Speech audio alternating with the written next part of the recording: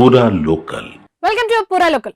Honeymoon కి తీసుకెళ్లి భర్తను చంపిన ఘటన మనకు తెలుసు. ప్రియుడితో కలిసి భర్తను చంపిన ఘటనలు తరచూ చూస్తూనే ఉన్నాం. కానీ ఇప్పుడు జరిగిన ఈ ఘటన వింటే ఎవరైనా షాక్ అవ్వాల్సిందే. భార్య భర్త ఓ వంతెన మీద బైక్ పై వెళ్తుండగా బండి ఆపి సెల్ఫీ తీసుకుంటుండగా భర్తని భార్య నదిలోకి తోసేసిన ఘటన కర్ణాటక తెలంగాణ సరిహద్దు ప్రాంతాల్లో చోటు చేసుకుంది.